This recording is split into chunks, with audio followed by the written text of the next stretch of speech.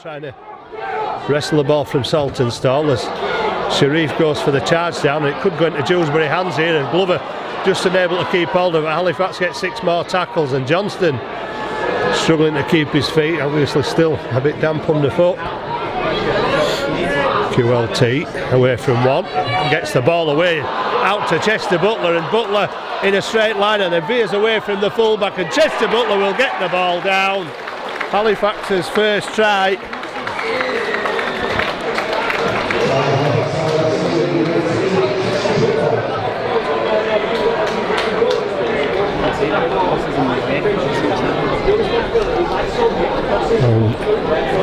And QLT may not have scored it, but he had a hand in it by pushing away from 2 would-be Dewsbury defenders, and Chester Butler from 30 metres out put his head down, went for the line. Glover and Ward the tackles this time, and Shane Grady closely marked, still not put to ground successfully, so it should allow a quick play of the ball. The Dewsbury defensive line are way offside as Fairbank gets caught with the ball, and all tackle this time from Hallett and Spicer. Morell, ball goes behind, his opportunity here for Gareth Moore. Will Sharp trying to chase him down. QLT back inside, and Brandon Moore unable to stop Dale Morton going over. Halifax going for the show-stopping stuff down this side, and the ball went to ground. Will Sharp up from acting half, got away from Robbie Ward, but second line of defence from Dewsbury there. Brandon Moore to Johnson, Tyler with the handoff again. 6 points all, 22 minutes gone, and Johnson skipped through the defence, has support either side. Morell was an option, but Brandon Moore was a better option because he had fewer Doncaster Dewsbury defenders around him. And Ben Johnson puts Brandon Moore in for Halifax's second try. Well, good work from Johnson, because the defence had hands on him, and Johnson somehow forced his way out of the tackle, and did have Scott Morell. I think Scott Morell had 2 defenders on him, and Brandon Moore only had Guzdeck. Morell's elected to go for touch where there's a potential perhaps Halifax to go 8 points in front, but they think maybe that with the fresh legs in there's an opportunity to increase their score by more than a successful penalty if they can create the opening in the Dewsbury defence. Morell to QLT, great ball to Saltonstall, and Saltonstall has planted the ball down, and Halifax did right to turn down the 2 and go for the 6. And once again QLT is involved in a move that ends in a try for Halifax, and James Saltonstall, who looked as though he'd been held up, and managed to turn round in the tackle and get the ball down, so turning down an 8-point lead. Halifax turning down an 8-point lead from the penalty. Halifax have taken a 10-point lead with a try from Saltonstall up to the 20-metre line, and Morell looking for runners, finds QLT into the line but not able to find the gap. Had Saltonstall on his shoulder, couldn't get the ball to him. Morris charging towards the line, and Kyle Trout was up high there. James Green has gone from acting half and forced his way over.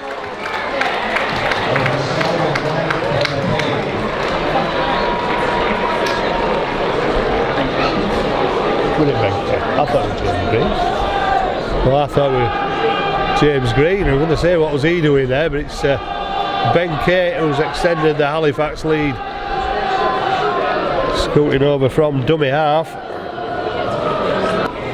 Halifax with work to do once again. They use this short side. Morton given the ball, but nowhere for him to go. Morell, Sharp and Saltonstall making sure of that, and again they go for the short side, and Halifax are caught out by Dom Speakman. It looked as though Halifax had prepared for the ball to go to open field then, but Dom Speakman coming up short side play again. Speakman to Sykes. Sykes out to Walshaw. Walshaw will run the ball in. He's had hold of it 3 or 4 times and not passed yet, hasn't Walshaw?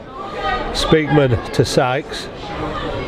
Well, Sykes gets a pass away under pressure from Kay. Gareth Moore allowed to run. He offloads it to Aaron Brown, and Aaron Brown, seeing a gap, gets the pass away to Guzdeck, who's in from full back. Last tackle, I thought Guzdeck had dropped the ball there. Speakman's going from acting half again, gets the ball away, and Paul Sykes will dive over despite Elliot Morrison's despairing tackle, or attempt at a tackle.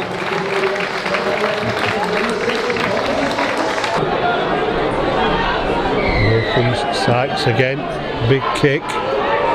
This time it's only reached the home side's 40 as Fleming charges it back into a 3-man tackle.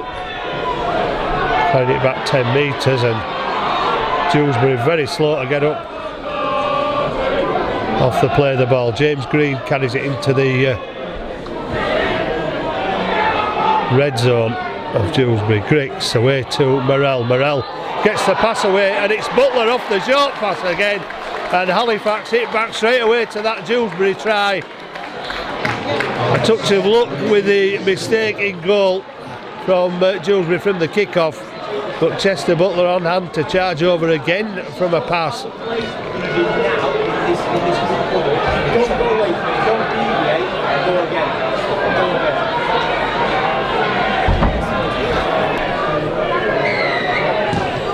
It's Glover, I think, and that one on the floor. Saltonstall managing to stop it, and then Saltonstall almost find himself a gap through the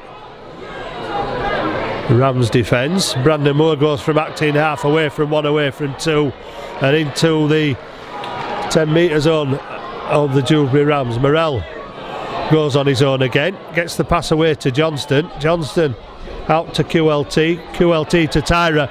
Won't be denied this time, Steve Tyra. There weren't enough Dewsbury defenders there as the ball is handed out again. And QLT a hat-trick of assists in his first game for Halifax.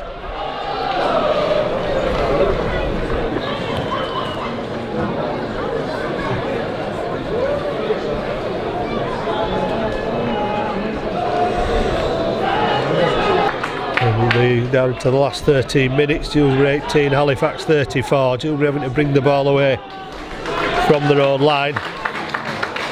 Back to the full quarter now with Walshaw back on the field. Moore chips over the top, Morrell takes it, and QLT, he's off, he's away. They're not going to catch him, 34-year-old, but he's still running like a teenager, and QLT gets his first try in Halifax colours.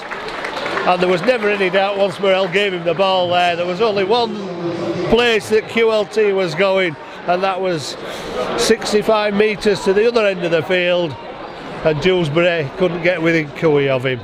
Great try from QLT on his debut, but I think if you'd have gone to a bookies, they wouldn't even give you odds on QLT scoring his first game. Thumbs up, and Dewsbury with 8 minutes. I'm hoping I'm not tempted fate by saying Halifax are home and hose, because from Dewsbury looking at a comeback. Walshaw 5 metres out, goes to the floor, and another penalty. Crowther gets it to Gareth Moore. Gareth Moore looks for the miss, long pass, and it's a race for Will Sharp if he can pick this one up, but surely Sharp's off and running. They're chasing and chasing. Macaulay Hallett is going to try and get Will Sharp, but Will Sharp wins the foot race over Macaulay Hallett, which you would have expected because he's a pace man, is Will Sharp.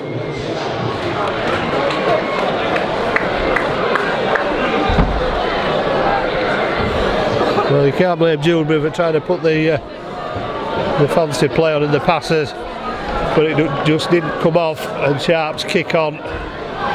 He was lucky with the bounce, but he's not lucky with the final 40-metre run to outpace Macaulay Hallett to the line.